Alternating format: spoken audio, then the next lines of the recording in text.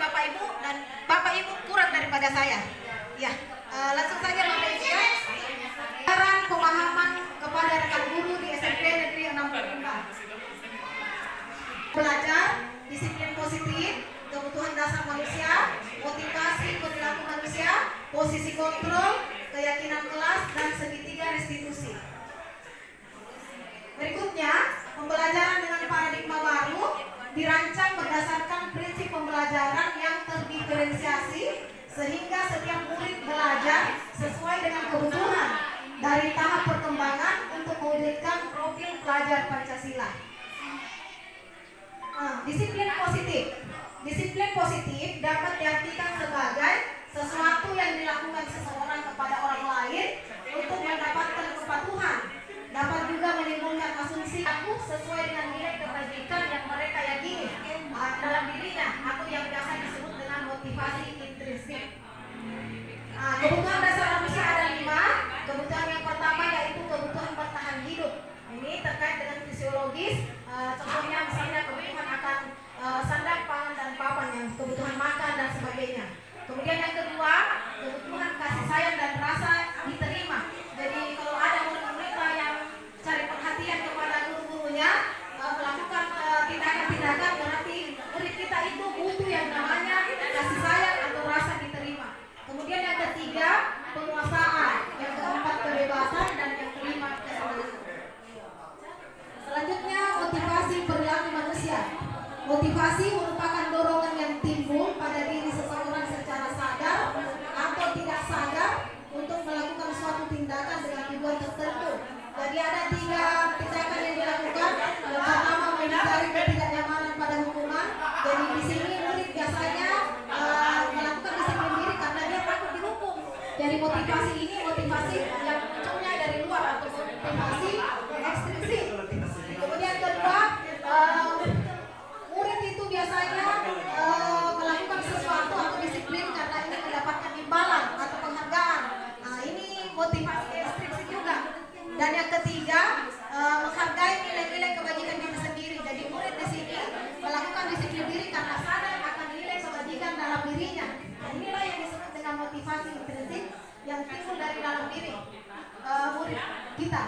Oke, jadi berikutnya konsep disiplin dengan identitas gagal ada 2. Yang pertama yaitu hukuman.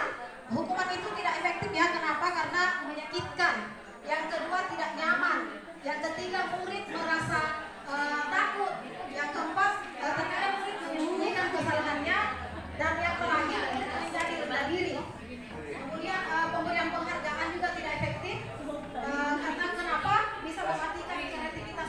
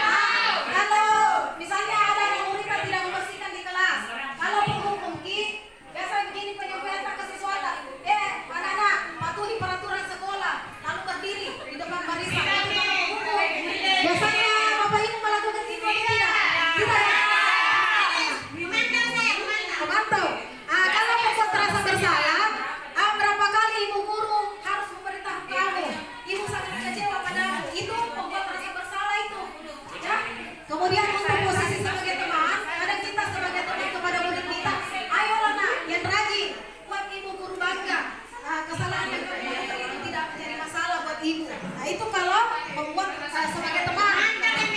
Nah, kalau Ibu Aisyah katanya sebagai pemantau. Nah, kalau sebagai pemantau, kamu sudah melanggar. Kamu tahu apa peraturan dan konsekuensinya. Itu sebagai pemantau. Kalau sebagai manajer, apakah kamu tahu kesalahan-kesalahanmu? Kira-kira bagaimana kamu akan memperbaiki kesalahan?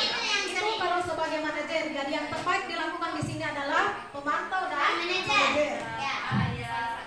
Oke, dalam membuat keyakinan kelas yang harus dilakukan adalah sedikit saja, tidak usah banyak-banyak agar lebih mudah diingat, lebih abstrak dari peraturan, berupa pernyataan universal sesuai dengan kondisi kelas dan sekolah. Kemudian semua warga sekolah dan kelas dilibatkan dalam membuat keyakinan kelas. Ya, segitiga restitusi ada 3 ya. Yang pertama menstabilkan identitas. Yang mana itu menstabilkan identitas? Menggeser identitas murid dari identitas gagal ke identitas sukses. Dengan prinsip bahwa membuat kesalahan adalah bagian dari proses pembelajaran. Itu untuk menstabilkan identitas. Kemudian validasi tindakan yang salah. Setiap perilaku adalah untuk memenuhi kebutuhan tertentu. Oleh karena itu, guru harus dapat mengenali dan mengakui kebutuhan murid. Yang ketiga, menanyakan keyakinan. Saat perilaku telah divalidasi dan identitas sukses telah stabil, maka murid telah siap mengaitkan keyakinannya dengan tindakan yang salah. Itu menanyakan keyakinan. Jadi, dalam budaya positif, hendaknya kita guru memiliki standar kepribadian profesional dan sosial yang baik, di mana guru harus mampu merefleksi pada posisi kontrol saat ini, bagaimana perjalanan dirinya sebagai seorang among atau posisi manajer yang menuntun murid menjadi insan yang mandiri, merdeka, dan bertanggung jawab. Terima kasih atas kehadiran dan partisipasi Bapak Ibu guru hebat semua. Assalamualaikum warahmatullahi wabarakatuh.